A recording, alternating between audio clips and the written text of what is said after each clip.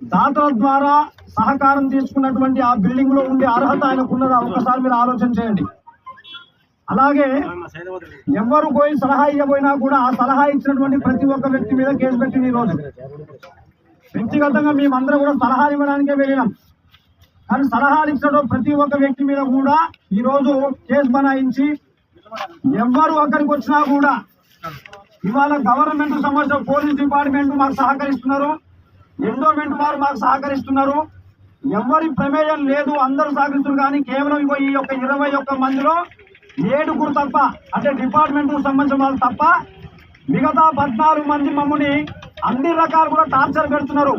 శారీరకంగా మానసికంగా ఆడ మనిషి అని చూడకుండా అఘాయిత్యాలు కూడా పాల్పడుతుందని చెప్పేసి ఒక దుష్ప్రచారం చేసుకుంటూ ఏదో కొంతమంది సహకారం చేత అటువంటి భక్తుల మనోభావాలు దెబ్బతీస్తూ ఈ రోజు కేసులు బనాయించి, ఎందుకంటే ఈ రోజు వెనకట్లాగా ఒక్కరు ఒక పని చేసేటోళ్ళు కారు, ఒక మనిషి 4 రకాల 5 రకాల పనులు చేసేవారు.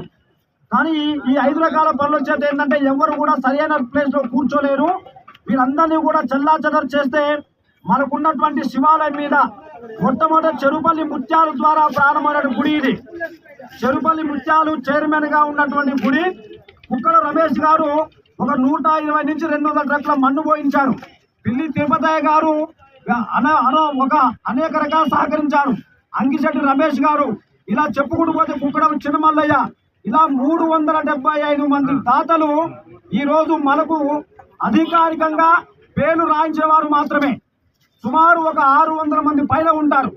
ఈ సమస్య కనుక ఒక్కసారి బయటికి పోతే ఇది వాస్తవంగా ఇది బాధ్యత కలిగినటువంటి గురుస్వాములు మాత్రమే.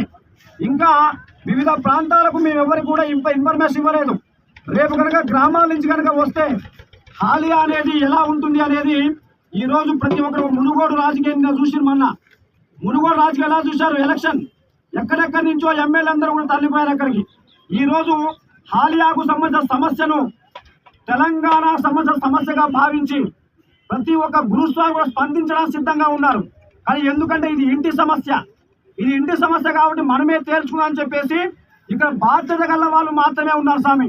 కేవలం రెగ్యులర్ గా ఆ యొక్క శివాలయానికి పోయి భక్తిపూర్వకంగా